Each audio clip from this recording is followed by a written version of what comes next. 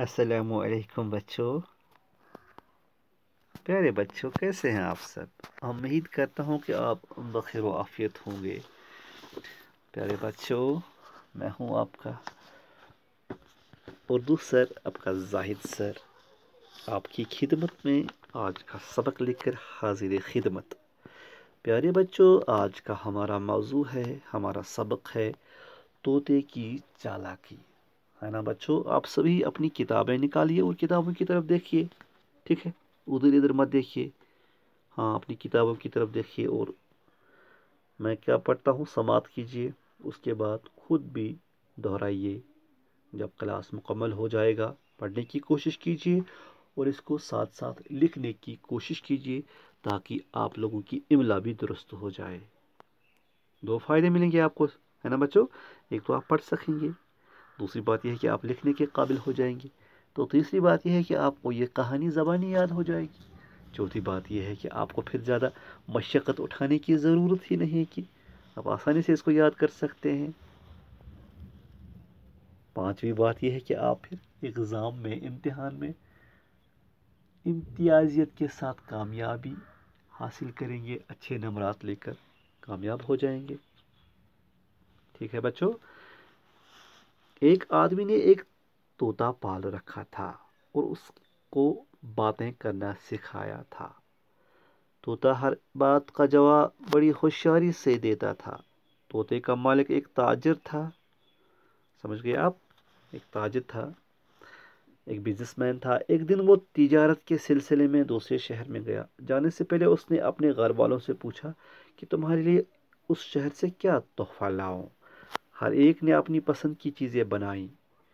مالک نے طوطے سے بھی پوچھا، طوطے میاں تمہارے لیے کیا چیز لاؤں؟ طوطے نے کہا، مالک مجھے یہاں کس چیز کی کمی ہے؟ ہاں البتہ اگر آپ کہیں کسی طوطے کو دیکھو تو اسے کہنا کہ ایک پنجرے والے طوطے نے تمہیں سلام بھیجا ہے۔ یہ سن کر سوداگر اپنے کام پر چلا گیا۔ کچھ مدت بعد جب وہ گھر کو لوٹنے لگا، اچانک اس کی نظر ایک پیڑ پر پڑی۔ پیڑ پر کچھ طوطے بیٹھے ہوئے تھے۔ سوداگر کو اپنے طوطے کی یاد آ گئی۔ اس نے رک کر طوطوں سے کہا، ارے طوطو، تم کو پنجرے میں بند ایک طوطے نے سلام بھیجا ہے۔ یہ سن کر طوطوں میں سے ایک طوطا پھڑ پھڑا کر دھڑام سے نیچے گر پڑا۔ سوداگر یہ دیکھ کر افسوس کرنے لگا اور اپنا راستہ لیا۔ ہے نا؟ گھر پہنچ کر سوداگر نے گھر والوں کو اپنا تحفہ دیا۔ وہ طوطے کے پنجرے کے پاس پہنچ بیٹھ گیا۔ طوطے نے پوچھا، مالک کیا میری جنس کا کوئی پرندہ ملا؟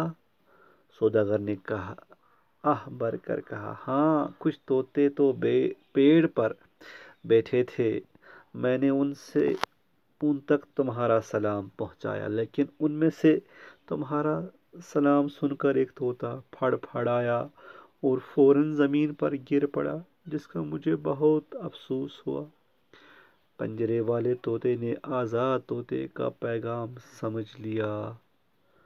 دوسرے دن جب سوداگر پنجرے کے پاس آیا تو دیکھا کہ طوطا پنجرے میں مرا پڑا ہے۔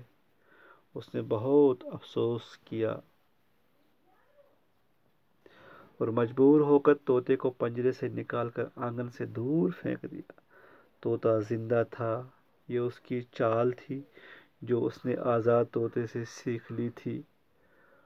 وہ پھر سے اڑ کر جنگل کی طرف روانہ ہوا۔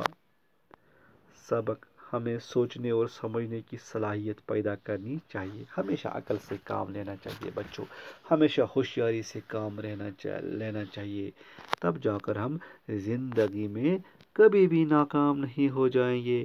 تب جا کر زندگی میں ہمیں کبھی ناکامیوں کا سامنا نہیں کرنا پڑے گا۔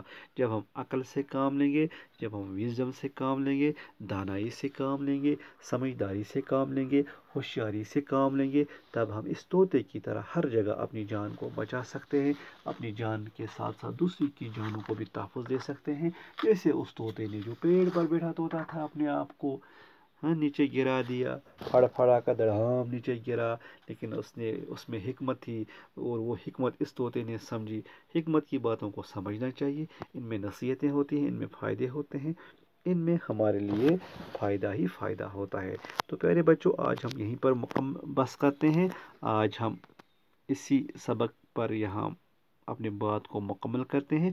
کل انشاءاللہ مشق کی طرف آ جاتے ہیں، اور آگے جو سوالات ہیں ان کے جوابات لکھنے کی کوشش کریں گے۔ تب تک کے لیے میں آپ کا زاہد سر آپ سے وداع لیتا ہوں، آپ سے اجازت لیتا ہوں، اور آپ سے درخواست کرتا ہوں کہ آپ پھر ایک بار اس کو پڑھیے، سمجھیے اور سمجھنے کی کوشش کیجیے، لکھنے کی کوشش کیجیے۔ اس سے آپ کے علم میں اضافہ ہوگا، آپ کی عقل مندی میں اضافہ ہوگا، آپ کی دانائی میں، آپ کی ہوشیاری میں اضافہ ہوگا۔ والسلام علیکم ورحمۃ اللہ وبرکاتہ۔